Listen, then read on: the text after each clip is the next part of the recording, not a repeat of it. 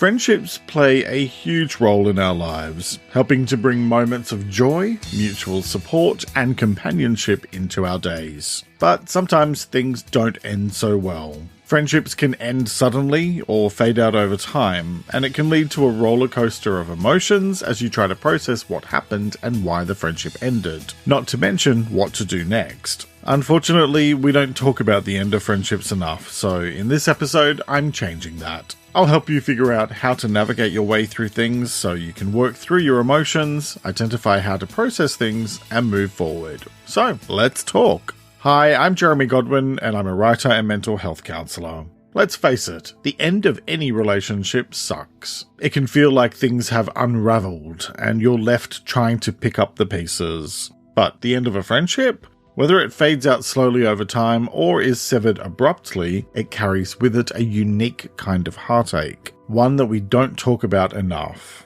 Sure, there are plenty of books and films out there about the end of romantic relationships, but where's the ones about the friend who turned out to not be a friend after all? What does coping with the end of a friendship mean? It means much more than just moving past the loss.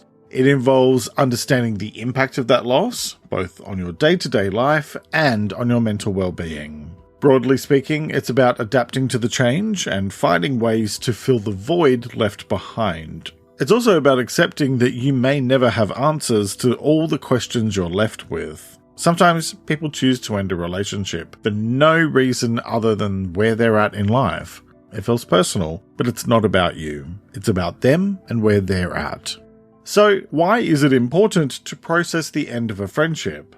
Beyond the obvious discomfort the situation brings, letting go of a friendship and moving forward helps prevent negative emotions from taking root. It's also an opportunity for self-reflection and growth, allowing you to think about what you'll take away from the relationship and what you want in the future, as well as what you don't want. Yes, the end of any relationship hurts, but there are lessons to be learned in every situation. By actively working through your feelings, you can emerge stronger, more resilient, and with a clearer understanding of what you value in your relationships.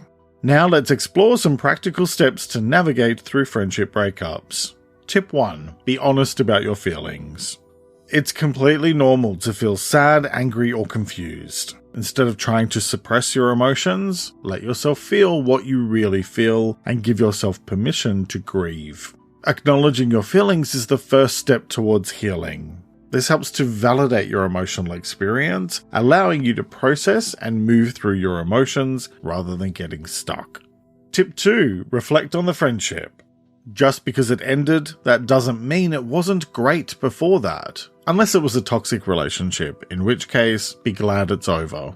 Celebrate the good times rather than focusing solely on the loss. Take some time to think about what the friendship brought to your life and what its end signifies. This can be cathartic, providing a sense of closure and helping you understand what you might want from future friendships. You can do this through journaling or meditation, focusing on the positive aspects as well as the lessons learned. Tip 3. Reach out to other friends. Strengthening your other friendships helps remind you that you're not alone, which you're not. It also reinforces the idea that while one friendship has ended, others continue to thrive. This is crucial for maintaining social support, which is essential for good mental health. Tip 4. Set boundaries if necessary. If the end of the friendship was especially painful, or if it ended on bad terms, setting boundaries is key. This might mean taking a break from mutual friends, if you're likely to run into your former friend, or adjusting your social media settings. This step is helpful because it protects your emotional well-being, allowing you space to heal. Tip 5. Focus on your self-care. Now is the time to be kind to yourself. Engage in activities that nourish your body and soul, whether that's reading a book, taking a long walk, practicing yoga, or becoming an expert at origami, whatever works for you.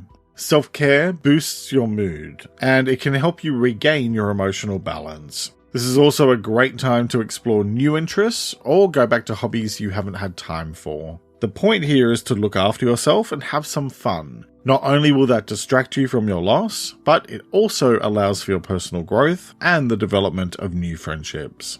Here's the thing. The end of a friendship can be painful, but it's not the end of the road. It's just a little detour on the journey of life, one that can lead to personal growth, new relationships, and even improved mental health. Be proactive about managing this change, show yourself kindness, and be open to the lessons it brings. You've got this. If this video was helpful, please give it a like, and I'm sad to announce that this is my last video for the foreseeable future. I have a lot on at the moment and I've had to make some tough decisions about the way forward. However, you can still get your weekly dose of mental health tips in my podcast, Let's Talk About Mental Health, available wherever you get your podcasts. There's a link to it in the description or head to ltamh.com. Thank you so much for joining me today. Thanks for all of your support here, and take care of your well-being.